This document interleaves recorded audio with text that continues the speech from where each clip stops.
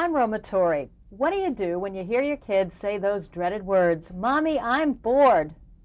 When my children tell me that they're bored, I tell them to clean their rooms, or Watch TV. I never tell them to watch TV. I think the kids telling the truth, cleaning the room, So in do theory I. is a good idea, but you never know. Here's our parenting consultant, Shelley Goldberg, to help us out.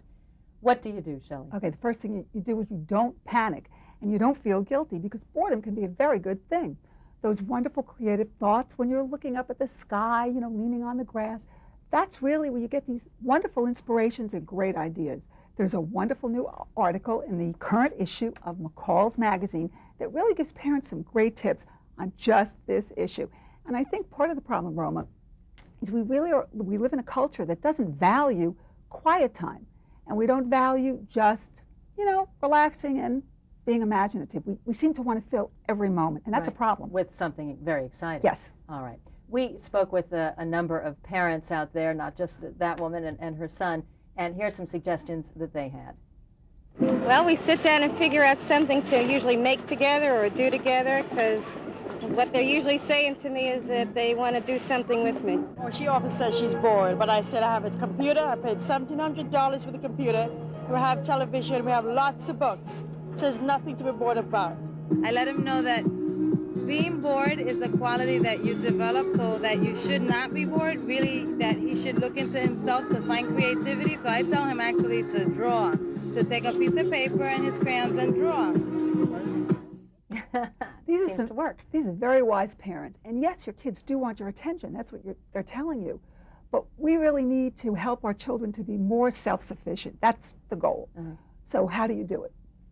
I'm asking you. Yes. All right. First of all, you want to limit the noise, the distractions, the TV, the video games, the radio, because kids really need to learn to become comfortable with quiet. Mm-hmm. Sounds easy, but it's really very difficult in the times we live in.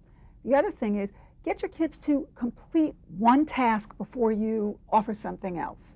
Because the more you keep offering, sometimes that can become a habit, and the kids really don't learn to stick with one thing. Right, they get overwhelmed. Yeah, so a child who wants piano lessons and then wants tennis lessons, that's okay at the beginning. You can let kids try different things. But as they get older, they really need to complete and feel that they've accomplished something in one area. And then what you can do, Roma, is don't put all the toys out at once, especially with younger kids. Put half of the toys out or some of the toys out, keep the rest in the closet, and rotate the toys, because otherwise kids visually get overwhelmed. And be a great role model. Show your kids that you can sit, write a letter, maybe work in the garden, but that you can handle quiet time. They're learning from us. Right, without turning on the TV. Yes. Okay.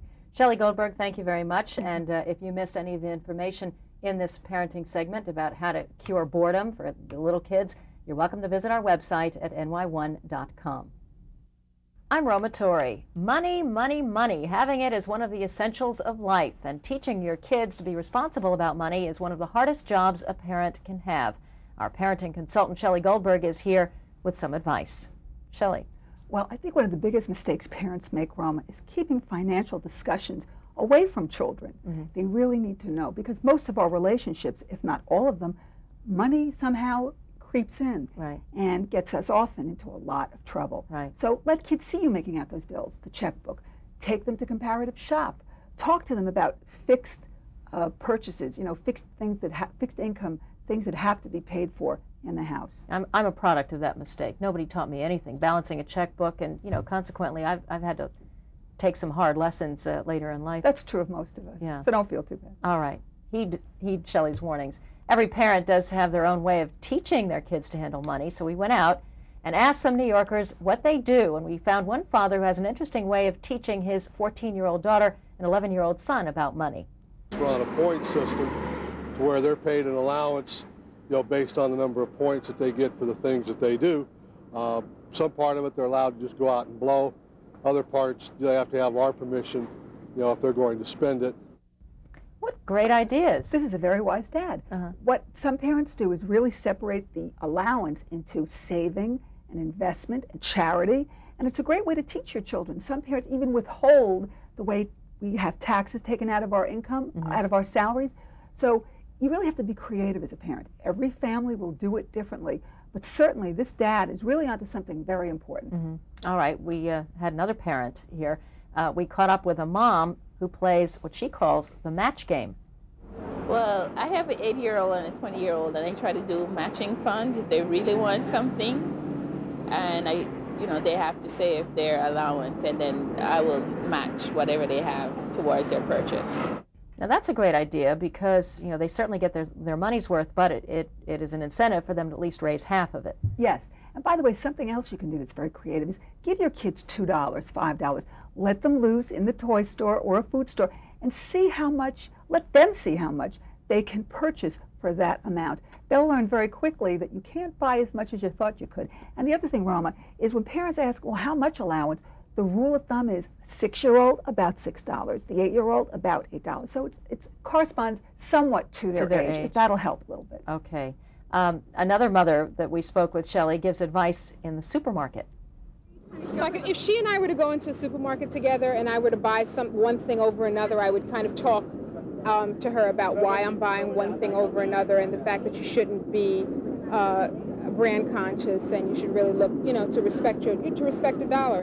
I love this, Mom. The food store is the greatest opportunity for learning, and we really don't take advantage of it. Comparative shopping, bringing along a calculator, letting your kids really see what is of good value. And the other thing, Roma, is the summer is a fabulous time to make lists with your kids so they can see what they're going to be spending for the back-to-school supplies, and also a great time to have the lemonade stand or the popcorn stand. Stay with your children. I'm not suggesting they go out there and do it alone, but this is really a wonderful time to have them try a small business to see how much. All right, and you have some reading material that can bolster all of this information. Yes, these are great books for parents. A Penny Saved by Nell Godfrey. She teaches children the values and life skills they will need to live in the real world. And then by Arthur Berg-Bachner, we have the totally awesome business book for kids, which really gives a whole bunch of super ideas for starting your own business over the summer. Right, Beyond the Lemonade Stand. Beyond the Lemonade Stand. All right, Shelley Goldberg, thank you very much. And if you missed any of the information in this parenting segment, or you'd like to get a name of those books or publishers, you're welcome to visit our website at ny1.com. I'm Roma Torre, and as the song goes, you gotta have friends, but that's often easier said than done. We wanted to know from some city parents, how do you know your kids have the right friends? You can try by observing the friends that they hang out with and paying much close attention to what these friends do and things of that nature. But of course, there's lots more to the friendship factor, and now joining us, our parenting consultant, Shelley Goldberg, with some advice. Some kids just have a real difficult time with this. You're absolutely right. For most kids, the problem is not the right friend, it's having any friends, a best friend. And what studies have shown is that kids who lack those social skills really get into a lot of trouble later in school and in life. Some people feel that social skills, social IQ, if you will, is more important than the performance at school itself. So tips for parents, for example, are, Roma, the individual play date, very important, much more important than the group activity, the soccer, the basketball. Make sure your kids have a chance one-on-one to make friends. Also, not so much time with TV and the video games. Kids need to learn the skills for interactive games. Teach your kids card tricks, Monopoly, but games that they can play with other children. All right. You know what they say from the mouth of babes, so we asked a young girl how she knows her friends are right. After school, sometimes we go to the playground with my mom, and I want to play with my friends, and the only way I know if they're good friends to me is if they play nice. But she has no trouble making friends. Is that, I mean, when you hear kids talk about it this way, you realize it shouldn't be that difficult. It is for very many children. And by the way, a playground is a very good place for parents to go with their kids and to observe to see if their children know the social cues. Very often children have difficulty making friends because they don't know when to jump in, when to join in. And the same with parents. They don't know when to interfere and just sit back and let the kids resolve problems themselves. Without question. Great recommended reading, Roma. This book should absolutely be on your bookshelf. Good friends are hard to find. Helping your child find, making, and keeping friends. And by the way, sometimes having your child play with a child who's slightly younger, less competitive, can really help set the stage. A nice way to break the ice, yes. I think. Well, we heard from the kids' perspective. One theme we found when we spoke with parents is that school suddenly becomes very important on the friendship front. Most importantly is putting them in the proper school. The people that you think that they would get along with. What we did in New York City was send our son to the best school we could and paid an enormous amount of money to do that. But of course, best schools don't always mean best friends. That's right. And sometimes a neighborhood school, a school that's no more than 10 minutes away, can really be the best because your children can have friends or very good friends if you're traveling 45 minutes a day. The other thing, Roma, that parents should really think about is that kids who are having difficulty making friends are very anxious that the play date will be boring. So role play with your child. Make the cookies. Put some games out. Be prepared to jump in, especially with a younger child, to help smooth the way so they feel successful and empowered at the end of that play date. God, it's amazing. So much work goes into friendship when, in the old days, you just go in the backyard and you play with your neighbors. There was a lot more time then. Yeah, and a lot easier, a lot more natural. All right, Shelley Goldberg, I want to thank you very much on the friendship front for children. And if you missed any of the information in this parenting segment, you're welcome to visit our website at NY1.com. I'm Roma Torre. It's that time of year again when parents and their kids are anxiously counting the days till school begins again. And as we found out, every parent has their own way of preparing their kids for that end of summer adjustment. Well, next week we're going to start putting them to bed maybe 2 hours earlier, 8 o'clock instead of 10, because they sleep late during the summer. Already she looks frightened. What's the best way to get your kids mentally prepared to deal with those end of summer back to school blues? New York One parenting consultant Shelley Goldberg is here with some advice. It can be pretty traumatic, right, Shelley? Yes, but you're right. The way to do it, and the father was right, organization, organization, organization. Get your kids to bed earlier, absolutely, and also start with healthier food.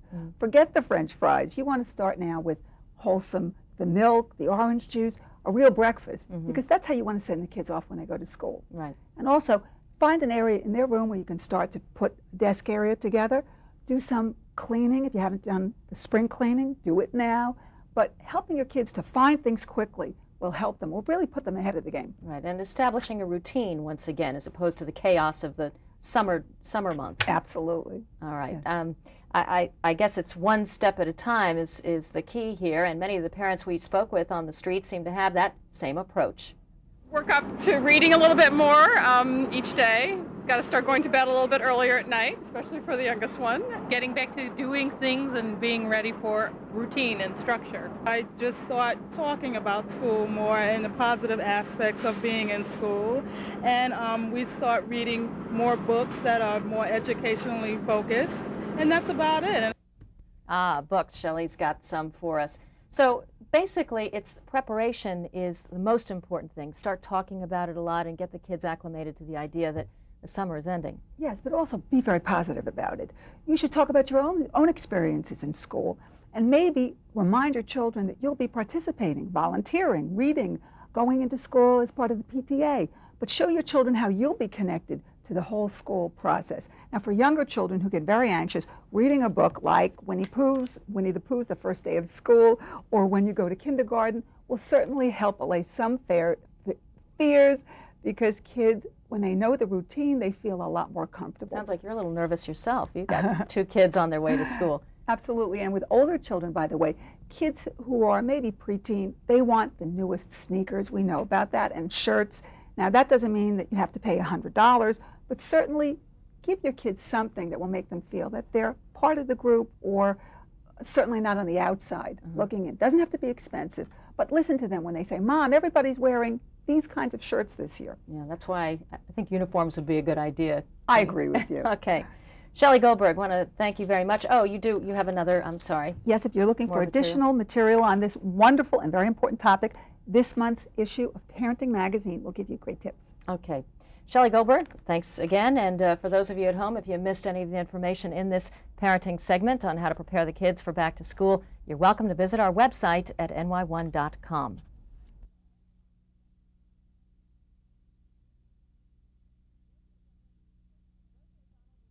Rosie O'Donnell will be hosting the Tony Awards back for the second time by popular demand this year. I had a chance to speak with her just moments ago, and this is what she had to say. Any surprises this year from the Tony nominees? Well, I think Sideshow, big surprise that got nominated, and I'm happy for them. That's a show you were really pulling for, weren't you? You know, I thought it was a very enjoyable show. I think the subject matter turned people off a little bit. They didn't want to spend that kind of money and then, in their feeling, be depressed. They didn't know it was an uplifting story, and I'm very happy for the two women who played that part, because that was a very difficult role, and they're both amazingly talented, so I think that was great that they got nominated. I'm very happy Betty Buckley got nominated, and, you know, I think Lion King and Ragtime are the standouts of the season. What do you think? Liam Neeson didn't get nominated. He did such a wonderful job. Did you see him in the show? No, actually, I'm going this week, Judas Kiss. I haven't seen it yet. I'm not sure what. Did it open in time for Tony consideration? It did. I'm not sure. What about High Society? That was shut out this year. Melissa Yeah. Errico and the little girl from High Society got nominated, but not Melissa and not the show. No, I haven't seen that yet, High Society. I don't think it opened, did it? Yes, yeah, it did. It did? I thought it was opening this week. Did it open? Oh, yeah. It's all right. I haven't seen it yet, but we'll go see it and I'll let you know. I hadn't heard good or bad about it.